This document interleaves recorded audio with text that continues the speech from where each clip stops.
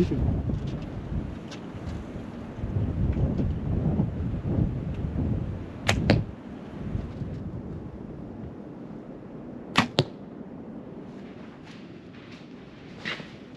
of stuff. A lot of stuff.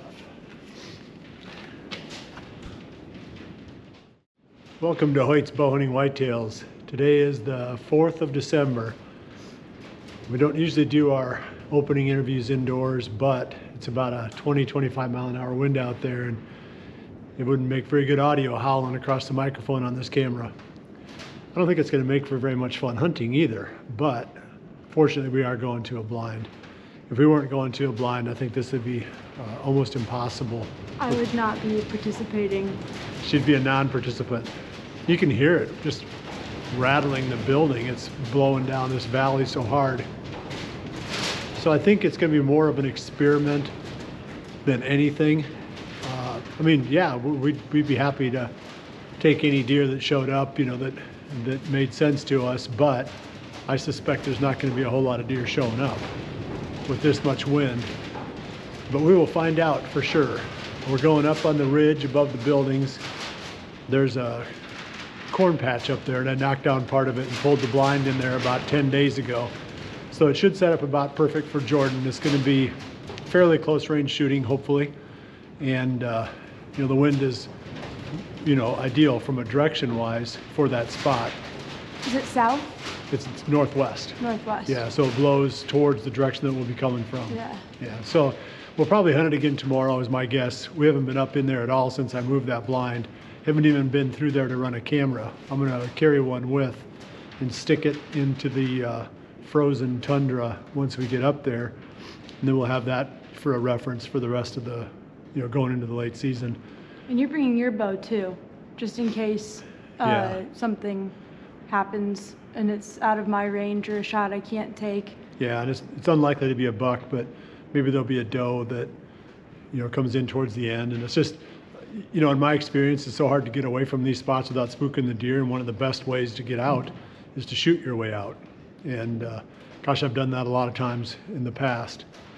So if there's a doe with a, you know, moderate distance from the blind, I won't be a bit slow to try to get an arrow into it right before we climb out of the blind. So without further ado, we are going to venture out into the wind and go up the hill to the blind.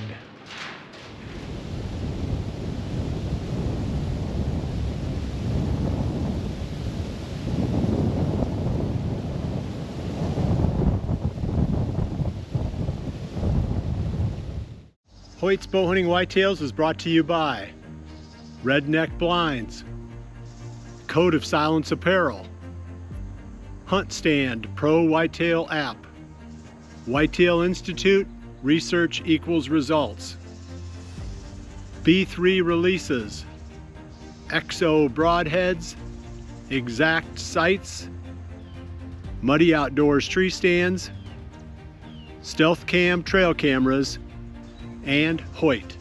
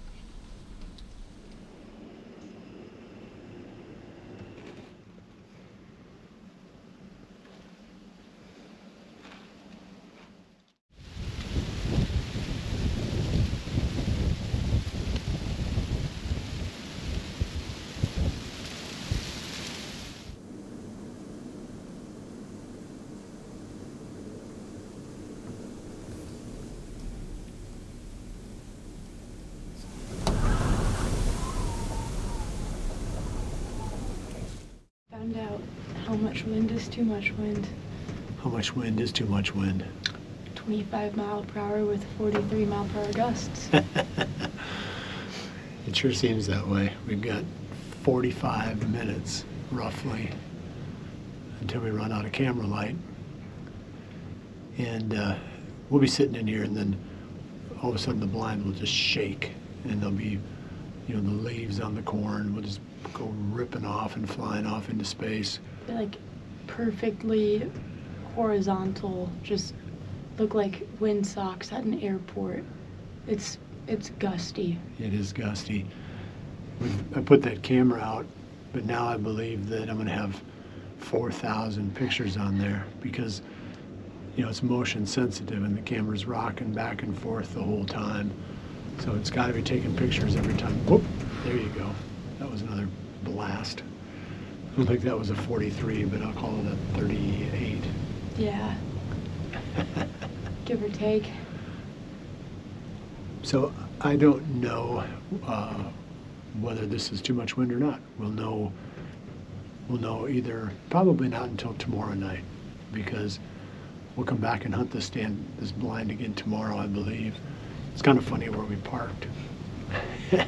I stopped when I was coming up the hill, and Jordan looked at me funny. I said, I don't know where to park. So I thought, wow, there's like a train engine roaring through the trees, that wind. So I thought, there's no way they're going to hear us if we drive all the way right to the blind and park it in the corn. Even if they're 100 yards away, they're not going to hear us. So that's what we did. We parked right behind the blind, backed it into the corn. So it'll be a pretty easy exit. All we got to do is sneak about 15 yards, and then we'll be out of here.